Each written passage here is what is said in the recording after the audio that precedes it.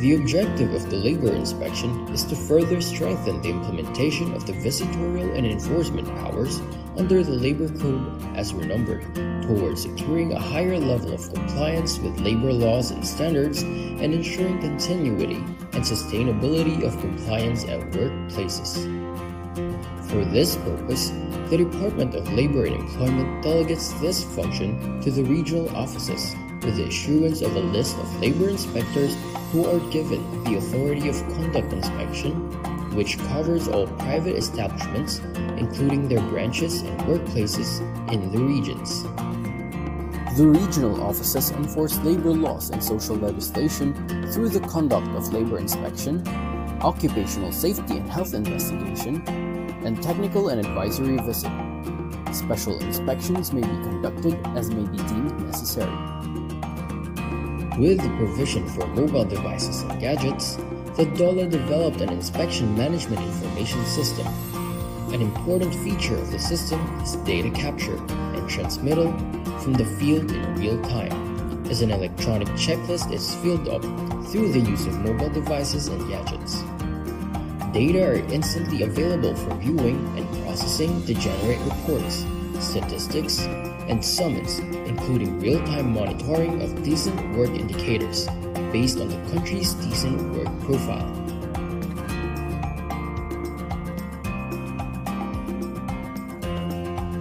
The TAV, or Technical and Advisory Visit, aims to provide assistance to the micro-establishments, or establishments that have 1 to 9 employees, to be sustainable, productive, and competitive.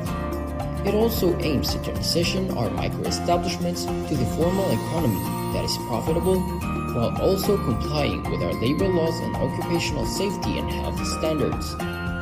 There are different ways or modalities to avail TAV. First is the online method. Establishments can enroll in self-paced technical and advisory modules through our learning management system. For establishments that opted to go with online, they must accomplish the modules within 1 month from the time they registered. Second is on-site. The DOLE regional, field, and provincial offices conduct on-site or face-to-face orientation for the technical and advisory services, wherein micro-establishments are invited to attend. Third is hybrid setup. Establishments can enroll in on-site sessions and attend virtual meetings or webinars using various online platforms like MS Teams, Viber, Skype, Zoom, or Google Meet.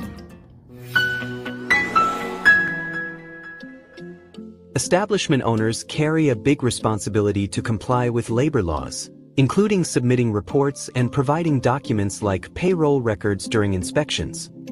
But the manual filing process is a major challenge. They need to spend time, money, and effort to fill out forms and deliver them to the DOLE office, often dealing with traffic and delays. Sometimes, there's a long wait just to confirm if the report is accurate and complete. And it's not just employers facing difficulties. DOLE employees also struggle with limited manpower and the time-consuming task of reviewing and processing these reports. The time has come for change. What's required now is a more innovative, streamlined, and efficient process for handling compliance reports. One that will simplify life not just for businesses but also for DOLE employees. Welcome to the DOLE Online Compliance Portal, your all-in-one platform for seamless compliance submissions, designed to make compliance easier and more convenient for establishment owners. Telecommuting reports? Flexible work arrangement submissions? Reporting the 13th month pay? No problem. Even work accident or illness reports and the annual establishment report on wages, everything you need is now in one convenient portal. Plus, the DOLE Online Compliance Portal now includes the latest requirement for reporting movie and television shoots under Department Order 246, Series of 2024. All your compliance needs in one place, quick, secure, and hassle-free. With the DOLE Online Compliance Portal, registering your establishment is a breeze. Our automatic registration system ensures you are instantly compliant with OSH Standard Rule 1020. Once submitted, your certificate of registration is immediately available for download, saving you time and effort. Your establishment has been flagged for non-compliance during labor inspection. Don't worry. Required documents can be submitted quickly and conveniently. And if you're missing certain policies, like a mental health program or OSH program, we've got you covered with downloadable templates. Submit these documents directly through the portal, where DOLE inspectors will review, provide feedback, and keep you on track for compliance. With admin access on the DOLE online compliance portal, the labor inspectors can easily review the submitted reports and documents from the establishments. If further verification is needed, they can schedule an online meeting through Google Meet, all within the portal. This streamlines compliance checks, saving time and making the process more efficient for everyone. It's a smarter, more efficient way to stay compliant and keep your business running smoothly. Welcome to a new era of compliance, simplified, fast, and effective with the DOLE online compliance portal.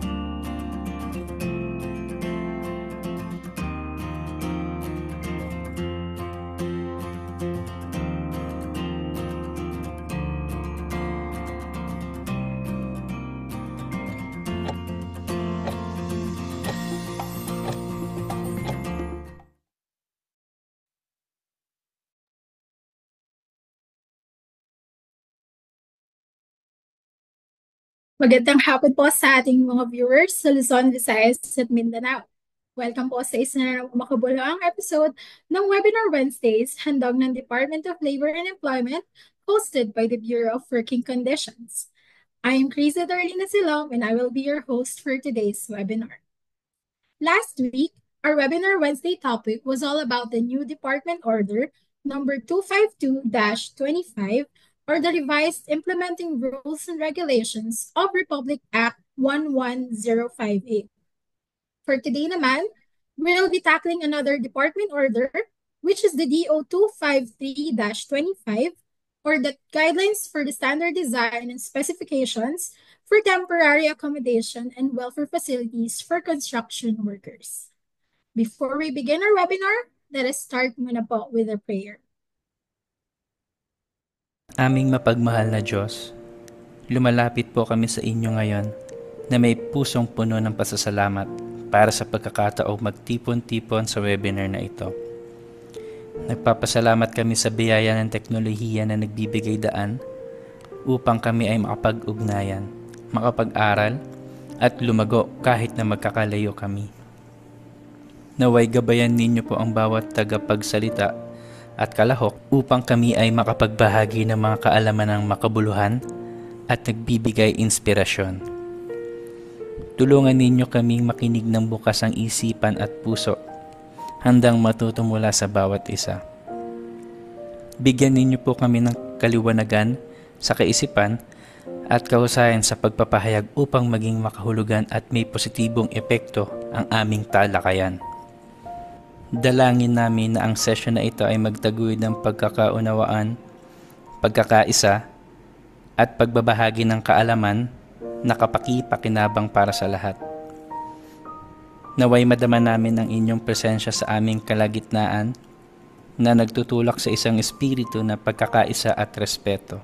Nagtitiwala po kami sa inyong banal na karunungan upang kami ay gabayan sa anumang pagsubok o hamon na maaari naming harapin sa araw na ito. Sa pagtatapos ng aming pagsasama-sama, naway bitbitin namin ang mga aral na aming natutunan ng may panibagong layunin at dedikasyon. Sa pangalan ni Jesus, kami po ay nananalangin. Amen. Aming mapagmahal. Ayan. Good afternoon once again and hello po sa ating Facebook Live participants. Pakishare na rin po ito sa inyong Facebook account and use the hashtag Webinar Wednesdays. You may also share this to your colleagues, friends, and families para marami tayong magkaroon ng bagong kaalaman. For your questions and inquiries, feel free to use the comment section po, and rest assured that this will be addressed by our resource speaker after the lecture. We will now proceed with the discussion proper. Ang construction industry po ay kinoconsider sa isa sa mga vital sectors na nagko-contribute sa nation's economic and social development. At syempre, it would be very essential to foster a culture of safety, to enhance working conditions, and syempre, to protect the well-being of workers by means of outlining construction industry standards for temporary accommodation, welfare facilities, and such. Before we dive in po, let me introduce to you our speaker who will guide us for today's discussion. He is a registered electrical engineer with over 14 years of combined experience in the industrial and government sectors. He worked as an engineer in an industrial company for 5 years before joining the Department of Labor and Employment.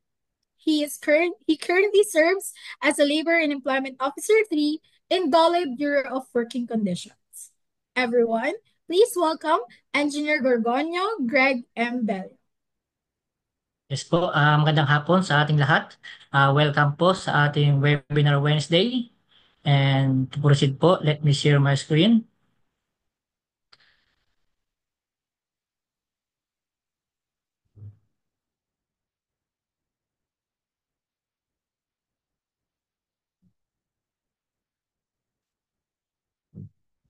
Yes, so magandang hapon po ulit. Ang topic po natin for today's webinar is the Department Order number 253 Series of 2025. Ito po yung guidelines for the standard design and specification for temporary accommodation and welfare facilities for construction workers. Alam naman po natin na ito po ay pinag-uusapan na rin sa ating mga international level, yung ating welfare ng ating mga manggagawa within the context na sila ay nakatira ng malapit sa construction site at malayo sa kanilang mga pamilya. At considering na marami tayong mga nare-receive na official development assistance from other countries at ang kanilang framework ay meron silang environmental social safeguard sa kanilang manggagawa o construction worker, kaya kailangan natin mag-set up ng ganitong polisiya to pursue the national policy framework sa temporary accommodation and welfare for the construction worker. Ito po yung ating mga naging data pagdating po sa ating mga compliance rate. Hindi po gaano kataas ang ating compliance rate pagdating sa construction project HHP ay napakalaki. Tumataas man ang ating compliance rate but not as high as we expected na katulad ng sa ibang industry. Makita po natin yung mga data natin from year 2020 to 2024. Sundan ko po ito ng isa pang historical figure ng mga approved and disapproved construction safety and health program na sinubmit po sa Department of Labor mula year 2020 hanggang year 2024. And you have noticed na halos 1/3 nito na infrastructure project ay implemented po ng ating kasamahang sa ahensya na Department of Public Works and Highways. Noong 2024, around 60,000 construction ang ating monitoring at inspection activities. At paano na ang mga welfare ng ating mga construction worker, kung saan sila nakatira, at paano yung mga iniinom nila sa kanilang welfare facilities. Lingid sa kaalaman ng lahat, nakalagay na ito sa ating Department Order Series o Department Order number 13. Ito ang pagbuo ng National Framework ng Temporary Welfare Facilities was aligned sa ating mga international and national legal framework. Ang ilan po dito ay ang ating International Labor Organization o tinatawag natin C167, yung Safety and Health in the Construction Convention. Meron din tayong R115 Workers Housing Recommendation 1961, at kasama rin din po dito yung ating Sustainable Development Goals to Transform the World. Nandyan yung SDG 3, Good Health and Well-being, kasama rin yung SDG 6, Clean Water Sanitation, SDG 8, Decent Work and Economic Growth, and SDG 13, yung ating Climate Action. Hawig din sa atin yung ating kinumparahan, yung ating Malaysian Construction Industry Development Board o Malaysian Construction Industry kasi meron na silang construction standard. Lalong-lalo na yung mga law dito sa Pilipinas, yung ating Presidential Decree number 856 o yung ating tinatawag na Code on Sanitation, kasama rin ang Presidential Decree number 1096 o yung ating National Building Code at yung ating Republic Act 1058, an act strengthening compliance with occupational safety and health standard and providing penalties for violation thereof na may IRR na Department Order 252. At kasama rin po dito yung ating Republic Act number 11711. Ito po yung an act further amending Republic Act number 4566 as amended, otherwise known as the Constructor License Law. Kasama din po dito yung pinirmahan ng mga secretary na Joint Administrative Order number 01 series of 2022. Ito po yung establish strong linkages, coordination, and collaboration with the DPWH, DTI, DOLE, DILG, and the Department of Transportation. At lingid po, kasama rin din po dito yung mga consultation na naganap para sa pagbuo ng batas na ito. Nandito po ang mga technical working meeting group conducted last January 28, 2025. Kasama rin po yung February 5, 2025. Meron din pong naganap noong February 11, 2025. At yun po ang ating na-present po ito sa Technical Committee on Legislative Matters noong April 2, 2025. At bago po ito na-present sa TCLM, nagkaroon din to ng public consultation noong March 10, 2025. At pagkatapos po ng ating presentation sa TCLM, nagkaroon din ito ng National Tripartite Industrial Peace Council noong April 10, 2025. At nang matapos ang batas na ito, nagkaroon ng ceremonial signing sa Occupational Safety and Health Center para work at 2025.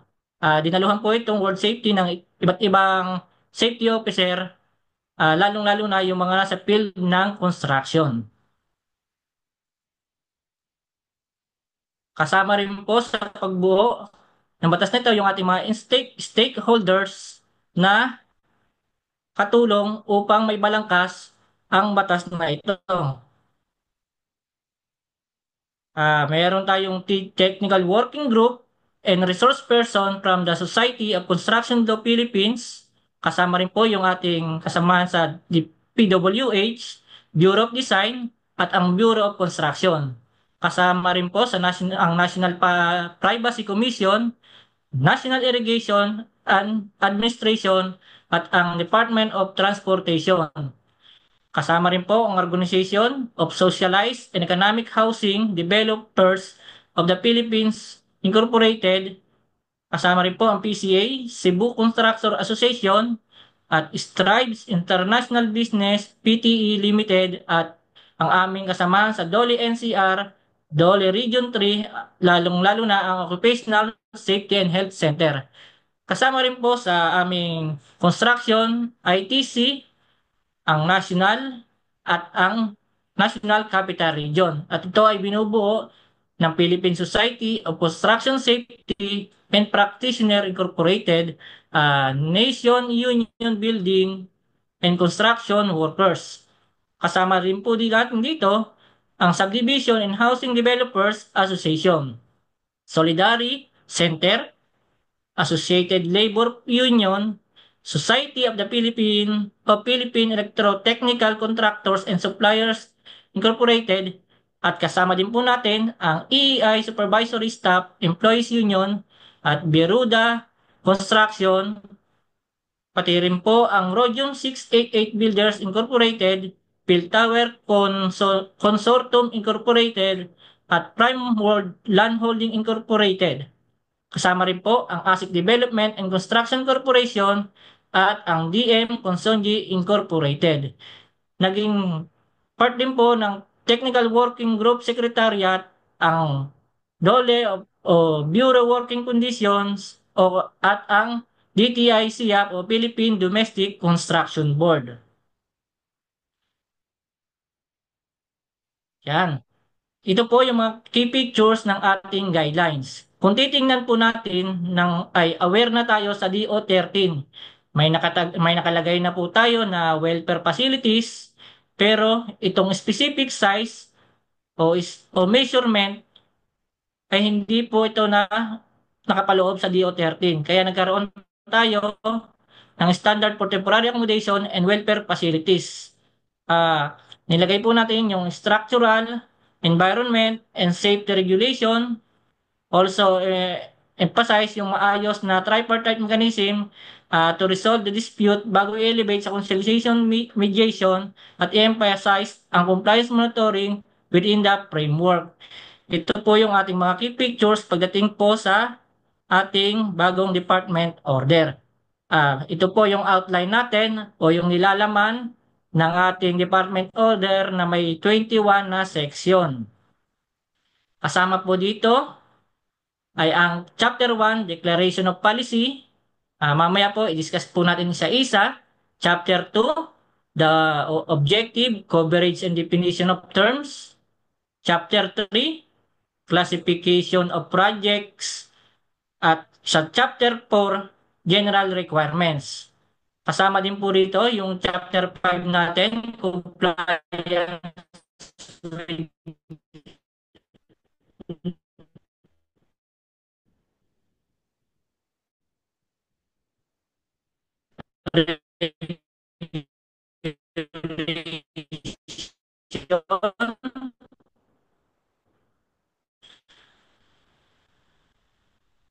Chapter 6 po natin, yung nabanggit ko kanina sa standards niya ay yung kanyang grievance machinery. Chapter 7, Compliance and Enforcement. Chapter 8, Final Provisions. At hindi nakaloob dito sa bagong department order na to. Ito po, yung Section 1, Declaration of Policy, ang objective po talaga rin working conditions and ensure workers will be in construction. Force commits to protecting workers' rights and promoting their welfare standard in workplace. Alam naman natin, pag uuwi yung mga construction worker natin, kailangan ng mga sapat na pahinga para pagdating kinabukasan ng trabaho, malakas uli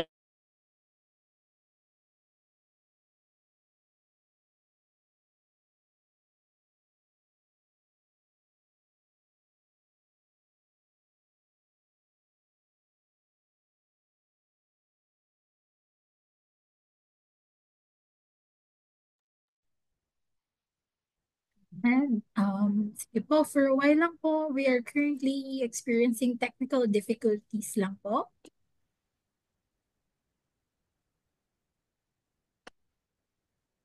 So far na-discuss na rin po ni Engineer Greg yung introduction for the DO253. So, sige po, testing natin Engineer Greg kung okay na po. Yes po, sorry po, nagkaroon ng interruption sa internet po dito. Dito po, Miss Krisa, natapos na po ba to? Kung pwede nyo ulit ma-share, Engineer, parang nawala po ata rin yung screen kanina.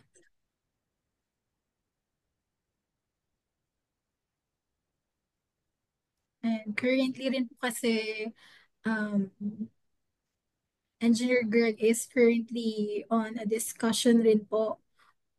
Sila po ng ating mga engineers as of now ay nasa Cebu. So they are currently conducting capacity building activities rin po for some of the members of PEZA MEPS. So yan, bigyan lang po natin dahil medyo mahina po ang internet natin sa hotel. So sige po, tingnan natin Engineer Greg, kayo po ay nasa... Yan. Dito po, okay na to? Yes po. Nasa ano na rin tayo, Engineer Greg? Salient features na po.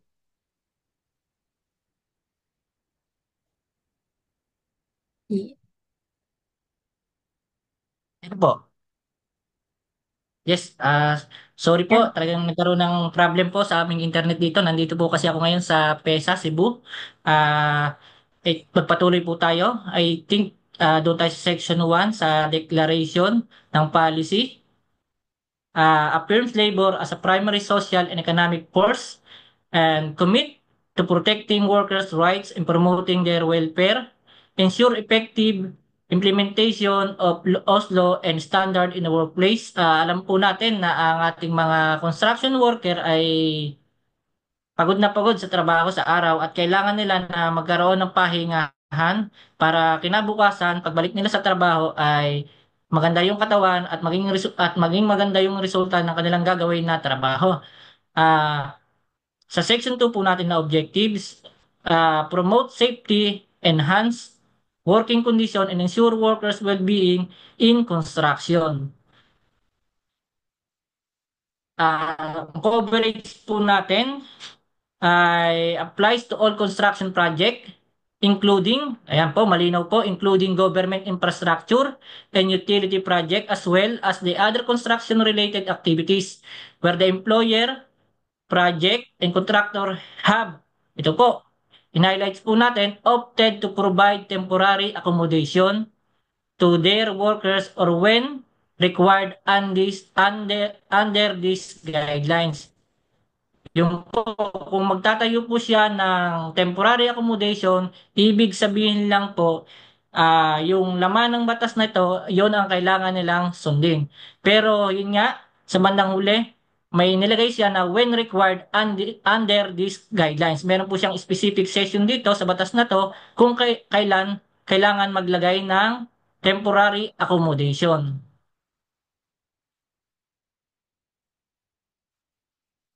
Yan. Mamaya banggitin ko po yon kung alin po yung kailangan sila magtayo ng temporary accommodation. Pumunta muna tayo sa definition of terms. Yan. Pangkaraniwan na, nababasa na rin natin to at kung familiar tayo sa DO13, halos any person who holds a license from the Accreditation Board engaged in offers to engage in various construction activities. Kasama rin din po rito yung construction worker. Ito po yung any person engaged in construction activities. Employer or project owner. Any person acting directly or indirectly in the interest of employer in relation to an employee. Personal facilities, suitable and separate toilets, and private dressing and locker rooms for women and men workers. Kaya malinaw po. Separate po yung dressing nila for men and women. And for the additional definition of terms, nandito yung temporary facilities, all temporary structures and amenities set up for the duration of the construction project, workers' accommodation, the living quarters provided for the construction worker, kasama rin po dito yung workers' facilities, all amenities and infrastructure provided for the welfare of the workers. Mamaya isa-isahin natin yan. At ito po, magkaroon tayo ng sa section 5, classification of construction project based on complexity. Ayan po, malinaw. Meron po tayong category A, category B, category C, at category D. Under po ng category A o yung routine projects, limited technical complexity. Ito po ay low complexity, minimal need for specialized equipment and simple regulatory requirements.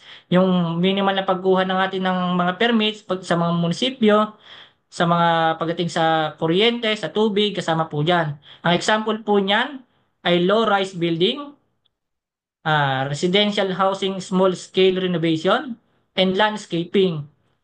Yung ating pong low-rise building ay galing po sa ating National Building Code na may 1 story up to 5 story in height from 3 meters up to maximum of 15 meters above the established grade. Yun naman pong ating category B o yung standard project, ito po yung moderate complexity, manageable safety risks, and typical regulatory requirements, open specialized equipment. May example po siya na commercial building, mid-rise building, roads, and bridges. Pagdating po dun sa mid-rise, medium-rise, galing din po sa ating National Building Code na from 6 stories up to 15 stories in height. Yung ating naman pong category C for advanced projects, ito po yung high complexity, high technical complexity, extensive use of specialist equipment, engage of skilled workers, ayan po, gumagamit din sila ng mga skilled workers, increase of safety risks, intricate regulatory requirements, and present greater potential for environmental and occupational hazard, including hazard materials handling, operation at extreme heights. At ang example po natin ito ay yung ating high-rise building o industrial facilities. Pasok din po dito yung offshore work, large-scale engineering, at yung ating high-rise building na nanggaling sa National Building Code ay 6 stories or taller in height. At yun naman pong ating category D, critical project. Andito po yung ating extensive complexity, high safety risks, and strict regulatory requirements. Madami po siyang hinihinging requirements. Kasama po yung ibang requirements galing sa ibang ahensya ng gobyerno. Example po nito, oil and gas field, offshore construction, demolition, electrical infrastructure project, power plant, andyan din po yung mga tunnels and dams. Kaya kailangan po ay yung ating classification ng construction na gagawin ay nakabase po dito para alam din natin kung papasok ba ito sa kailangan magkaroon ng provision ng temporary welfare facilities. At ito po, under po ng Section 6, Provision of Temporary Accommodation and Welfare Facilities. Meron po tayong naka-highlight dyan, Temporary Accommodation Standard. Ayan po, yung letter B kanina. Advanced, letter C, and Critical Construction Project. Kung siya ay, ito po, in remote or isolated area, masyadong malayo o parang sinasabi nating isla, far from urban center, where suitable temporary accommodation is limited, wala po talagang matirahan, or where the nature of engagement require workers to be available at short notice, the employer, project owner, and contractor shall provide temporary accommodation to workers. Yan nga po, kanina na-define natin yung temporary accommodation is for opted to provide temporary accommodation. In general rules, yun po ay mga project under standard and advanced and critical construction project ay kung pumasok sa mga nabanggit ko na 1 to 4 ay kailangan po may temporary accommodation. Yan po, sa section 7 naman, may general requirements tayo. The temporary accommodation and welfare facilities shall be, ayan po, well-structured, safe, hygienic, and aligned with the construction project risk profile and meet essential standard for space, privacy, and access to amenities to enhance workers' physical and mental well-being. Alangan naman na yung ating construction worker, patirahin natin doon sa maraming surot, ipis, daga, lamok, at madumi. Kaya yung ipoprovide natin dapat na temporary accommodation ay livable or suitable living accommodation. Siya po rin po ay structurally sound, extremely weather such as strong wind, heavily precipitation, and extreme temperature, which can cause damage, severe disruption, or loss human life. Yun po, pagdating naman doon sa use of prefabricated or modular units is highly encouraged po. Siyempre, ini-encourage po yan kasi para mas makatipid. Use of fabricated modular units which offer ease of transportability. Erections, pagkatayo po, mas mabilis. And pwede po puling gamitin yung mga gamit na ginamit sa pagtatayo ng temporary facilities. It is highly encouraged to reduce the setup and maintenance cost while ensuring structural durability, flexibility, and sustainability. Kagaya rin po ng ating mga bahay na kailangan yung temporary facilities ay may sapat na tibay. Isa pang katanungan dito, ayan, Section 8.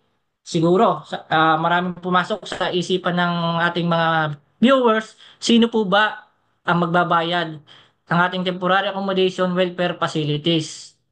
The employer, project owner, or contractor shall bear the cost of the temporary accommodation and welfare facilities which shall be, ayan po, part of the construction safety and health program.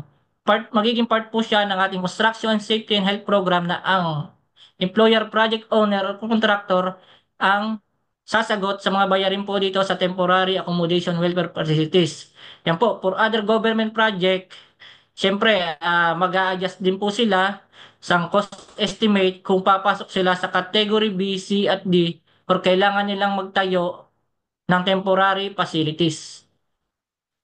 Yun nga po, part ng ating pagtatayo ng construction project, kasama yung pagsasubmit ng construction safety and health program at makikita po doon kung ito po bang temporary accommodation ay nakapaloob na sa ating construction safety and health program.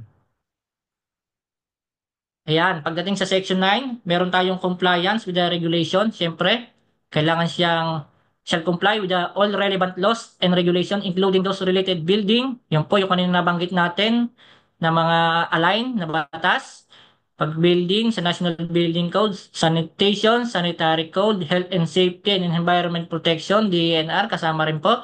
Structures are the sole responsibility of the employer, project owner, or contractor, and the workers shall not be charged for their use. Malinaw po. Hindi po charged for their own use po.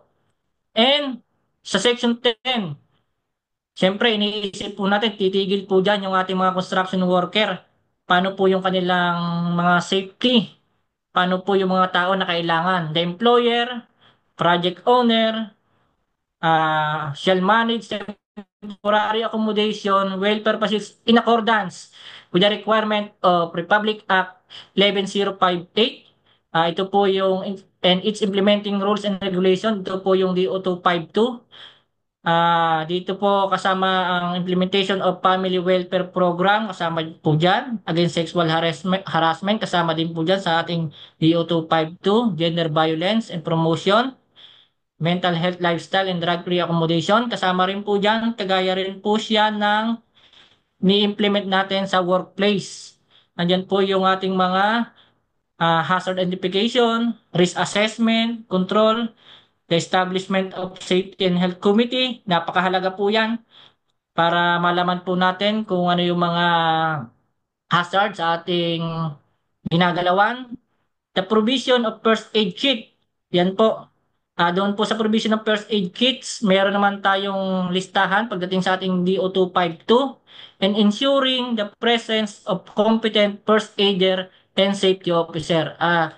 Part din po siya ng ating construction worker, yung ating mga first aider at sigurado naman dyan din sila kung bigyan ng pagkakataon at dyan din sila patutuloyin.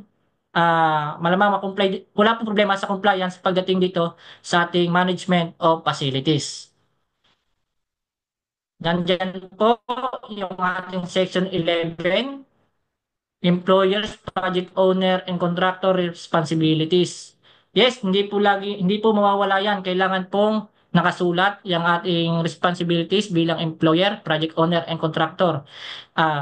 Letter A po natin, securing approval from the appropriate authorities for necessary permit. Kagaya po na nabanggit ko kanina, sila po yung dapat mag-asikaso ng mga permits pagdating sa local government units, pagdating sa ibang other government agency na kailangan ng permits para sa temporary accommodation. Constructing and installing temporary facilities, sila po yung mamamahala yan sa pagpapatayo. Ensuring the facilities are safe and well-maintained. Ayan, kagaya po kanina, structurally. Tapos po, maintaining the cleanliness of accommodation and welfare facilities. Yan, hygienic po. Kailangan kanina nakasulat. Kailangan malinis.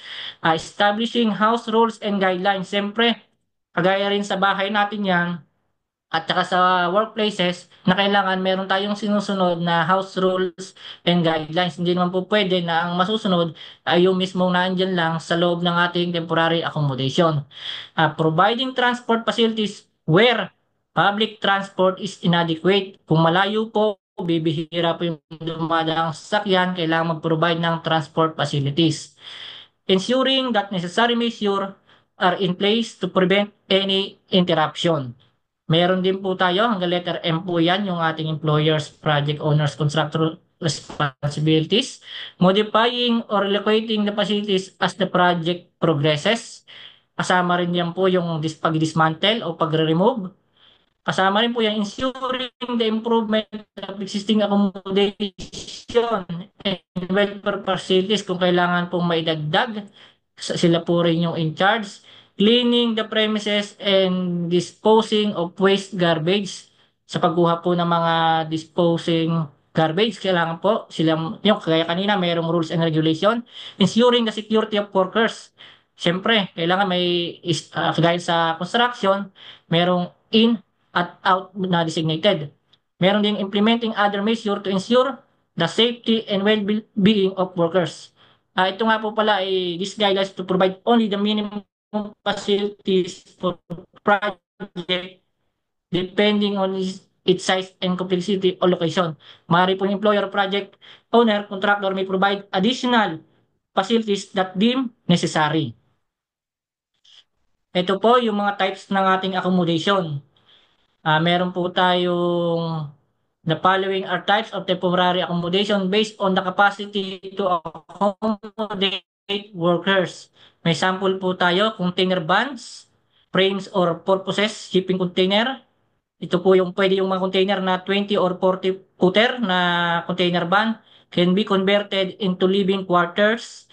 Nandyan din po yung tents or modular barracks are suitable for short-term projects and can be equipped with basic facilities such as toilets, bathroom, and kitchen. At meron din tayong nabanggit dyan na mobile homes or caravans offer a more comfortable living space compared to tents. Meron sa temporary accommodation, sa A&B yan, kasama po yung dormitory style. Housing can be accommodate multiple workers in shared space, typically with bunk beds. Yan pong mga nabanggit na yan, meron po tayong sample niyan. Doon po sa sumunod, the employer's project owner or contractor may also, yan po, pwede rin po nilang i-consider yung mga sumusunod. Private local apartment or boarding houses or community housing established in collaboration with the local government or organization. Doon po sa ating first A and B na nabanggit, yung container vans and dormitory, ay mag-a-apply po sa requirements sa batas na ito kung sila po ay magtatayo ng temporary accommodation. Pero kung doon po sa second na A and B, hindi po mag-a-apply ang temporary accommodation na department order. Kasi po, ang may control po dito sa mga private and local apartments ay yung pong mismong owner. At bilang employer at project owner o contractor, sila po ay mangungupahan lang doon sa mga nabanggit kaninang private, local apartments, and community housing establishment. Ayun po, inuulit ko ulit kung sa first A and B, kailangan po kung yun ay itatayo, mag-comply po sa temporary accommodation po. Tapos, doon tayo sa design and specification. Yan. Sa design and specification, actually, yan, workers facilities, bed sleeping, normally yan, yun nga, sabi nga nila, nandun na sa DOT yung mga welfare facilities, pero hindi natin naibigay yung specific measurement. Ah, Yun po sa ating personal areas, meron tayong workers facilities, separate rooms, yan po malinaw, women and men workers in minimum floor of space of 4 square meter per occupant.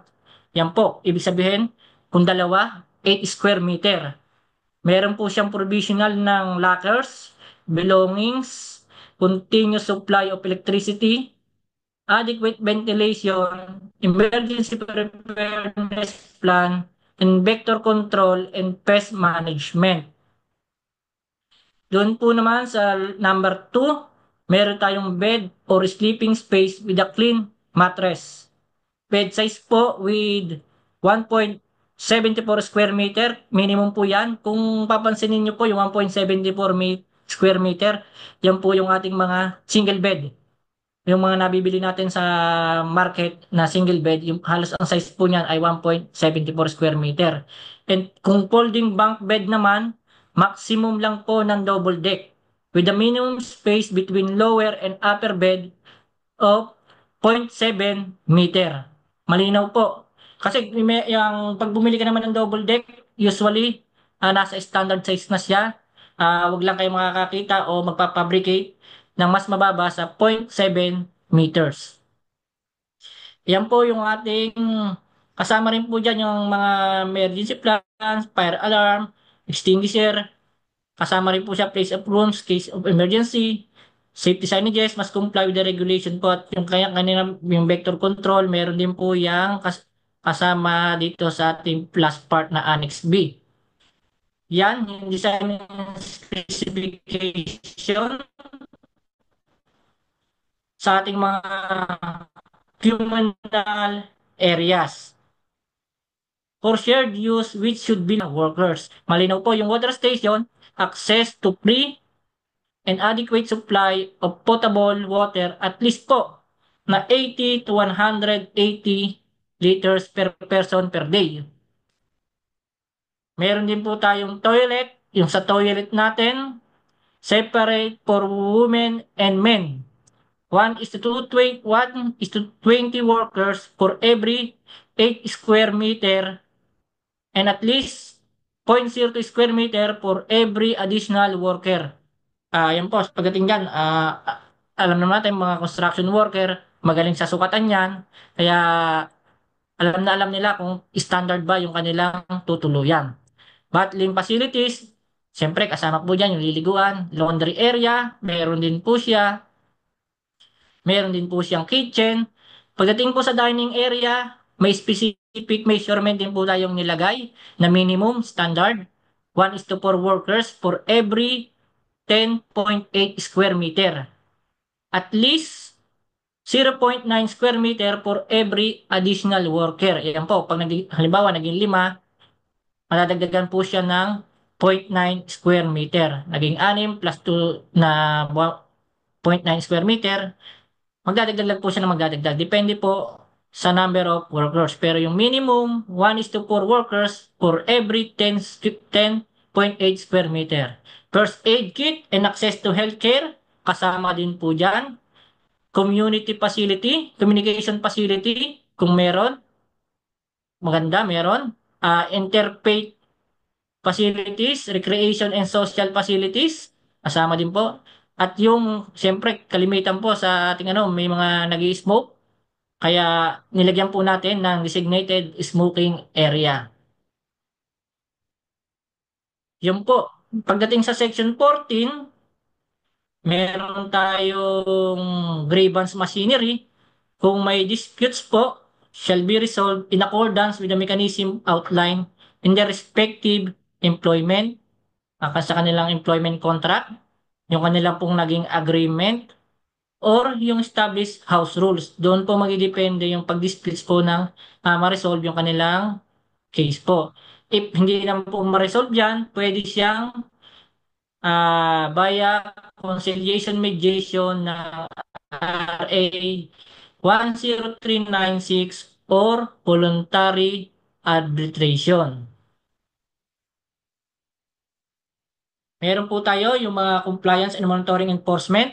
Siyempre, the employer, project owner, and contractor are jointly and solidarily liable for the violation. Kaya, the DOLE shall monitor po ang compliance in accordance with the Department Order number 238 series of 2023. Ito po yung involved kanina sa nabanggit na Interagency Task Force under JAW 01 2022 to monitor the implementation of CHHP.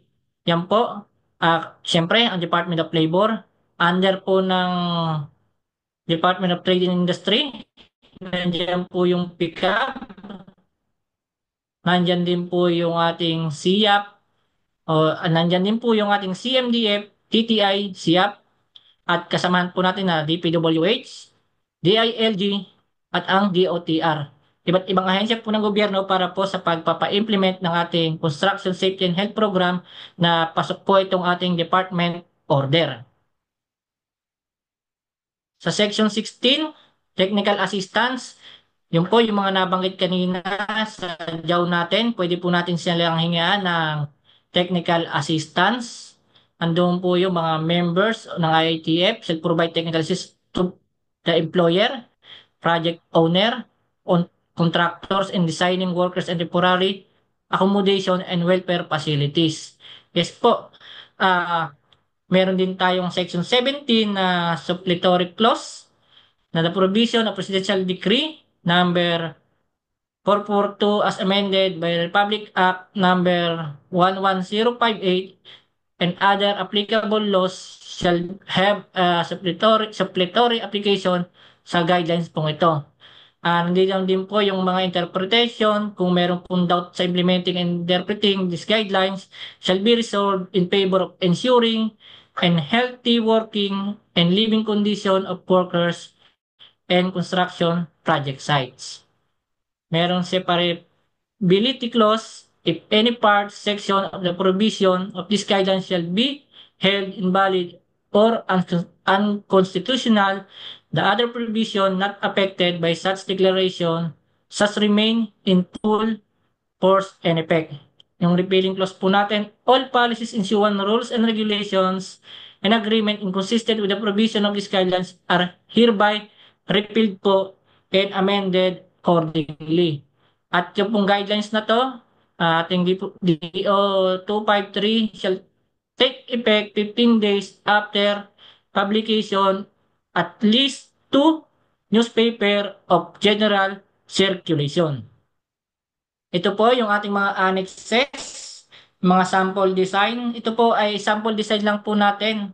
Pagdating po sa container van, mayroon din po diyang kasama rin yung mga fire extinguisher sa design po natin. Kung may aircon, mga lighting switches, lights, outlets, yung mga emergency light. Yan po ay ang ating, pwede po nating baguhin naman yan.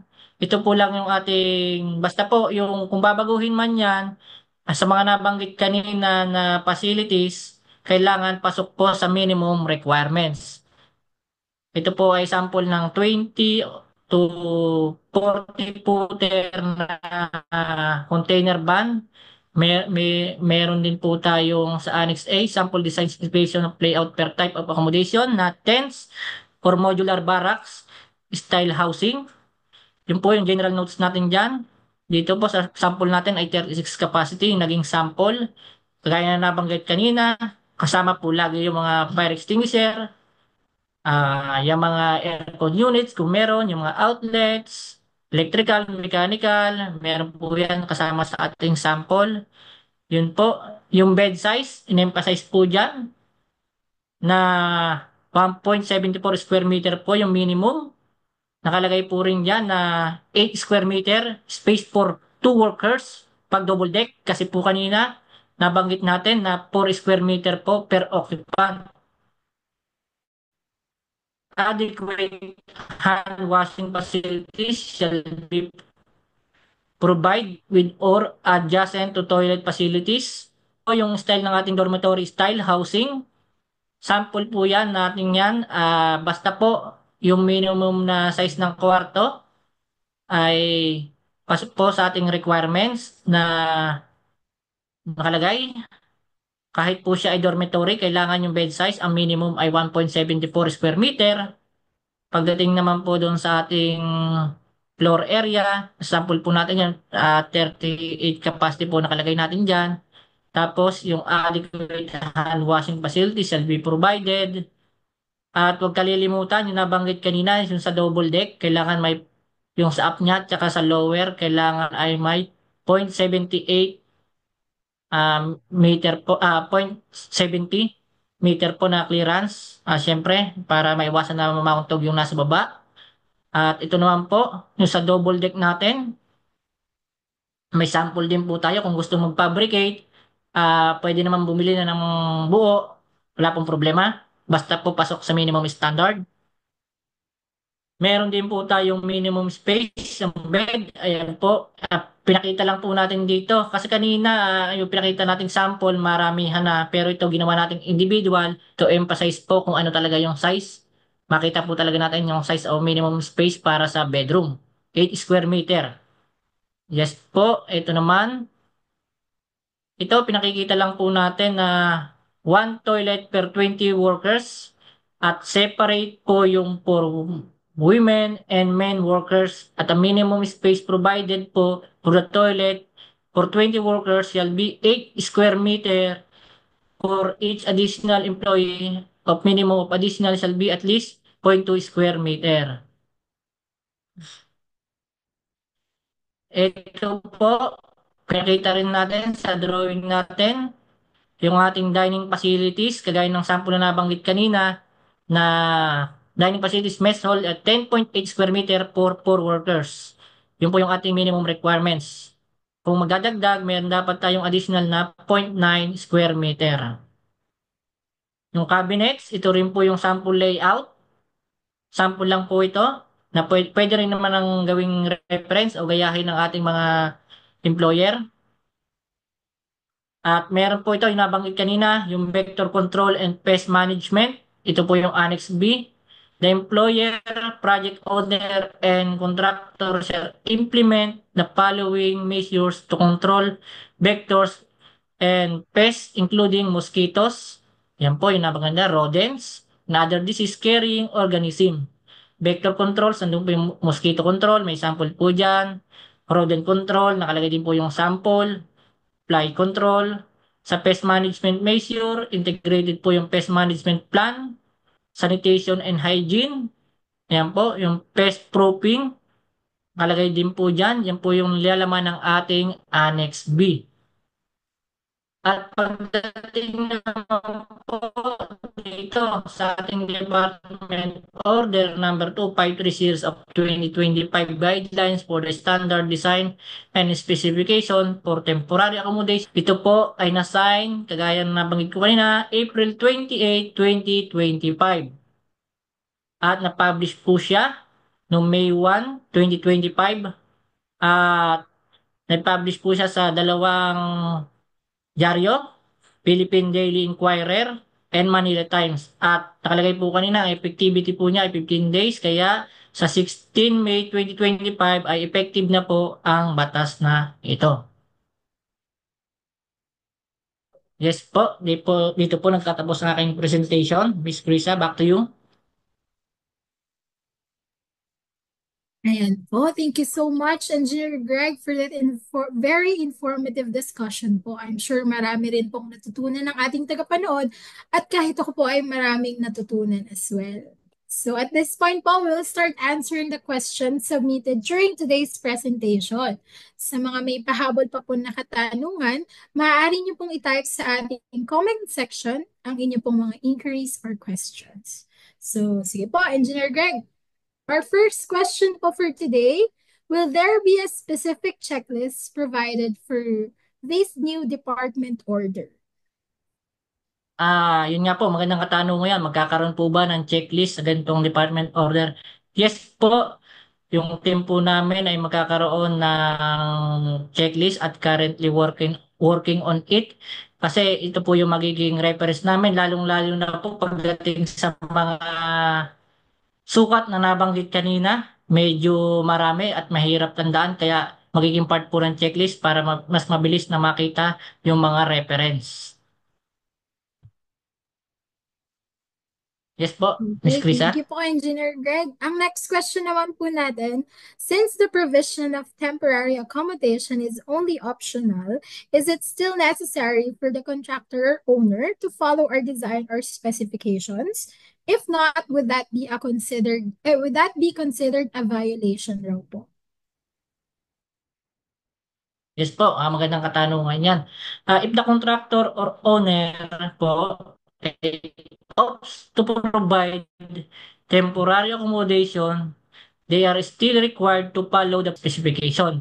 Pero, however, providing temporary accommodation becomes mandatory in specific cases such as yung nabanggit ko kanina, in remote or isolated area, locations far from the urban centers, where suitable temporary accommodation is limited, or when the nature of engagement requires workers to be available at short notice.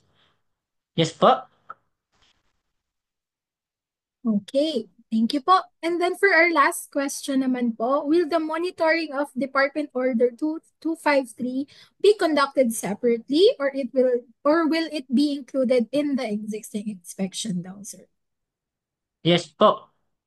Department Order number 25320 will be part of monitoring of construction project. Yan po. Magiging part, kung matatandaan nyo, o kung kayo po ay nabisita ng aming mga labor inspector, nagkukonduct po sila ng monitoring.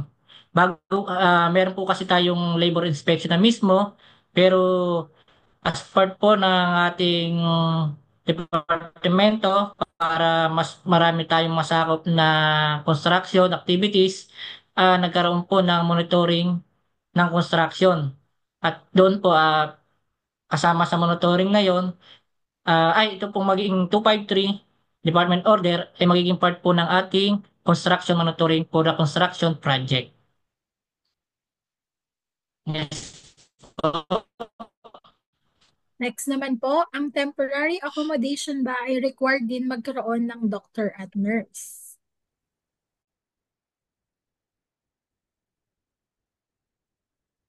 Yan. Masusundin po natin yung Republic Act 11058 o yung ating DO 252. Kung siya po ay pasok doon sa requirements na number of personnel, kailangan masunod po yung ating requirements. Yes po. Okay, number 5 po. Temporary accommodation ay applicable ba para sa staff and worker? At paano po kung hindi kasama sa contract price ang accommodation? May previous DO po ba na nagsasaad ng temporary accommodation and welfare facilities? Meron po tayong previous DO na DO 13 pero hindi po ito inilagay doon. Yung mga nabanggit ko kanina, walang mga specification. At yun po, sabi nyo, kasama po ba ito sa contract price ang accommodation?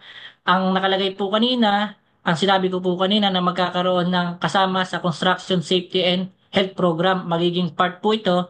Halimbawa, sabi ko nga, yung mga nasa infrastructure project, maring ma-revise yung kanilang mga hosting at madagdagan para maisama kung required ba siya na magtayo ng temporary accommodation at dapat ang susundin nila na temporary accommodation ay based dito sa ating bagong department order 253.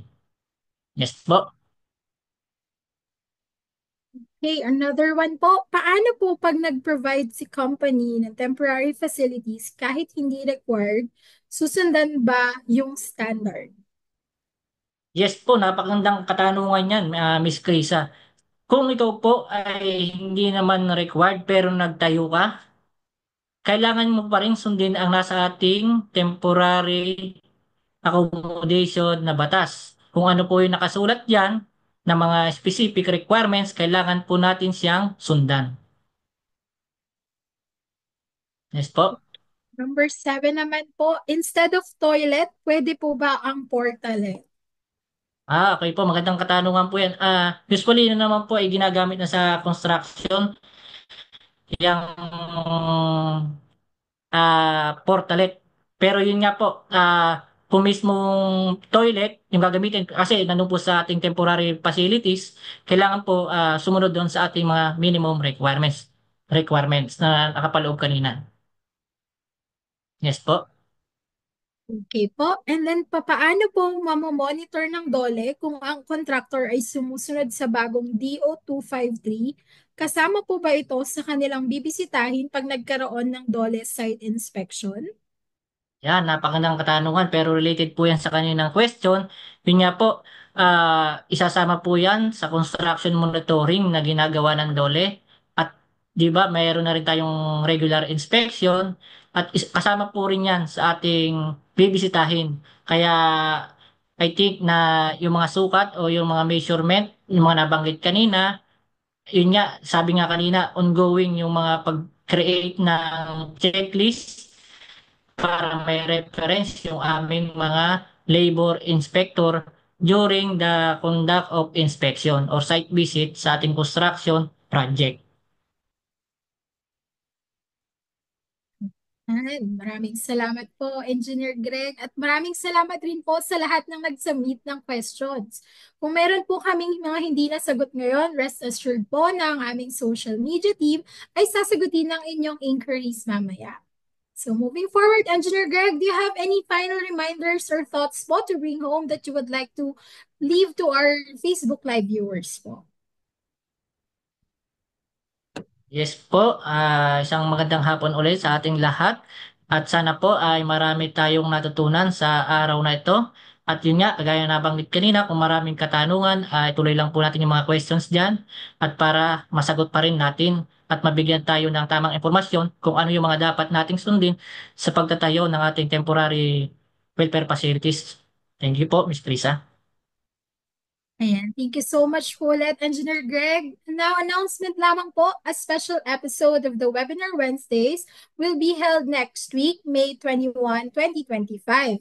Ito ay tungkol sa mga frequently asked questions about the Department Order 252-25 or ang revised implementing rules and regulations of Republic Act number 11058. You may also send us an email at ask@bwc.dole.gov.ph and call our Dole hotline 1349. Again, please follow us at Dole BWC 1949 on Facebook, X or formerly Twitter, YouTube, and Viber to stay up to date with the latest announcements.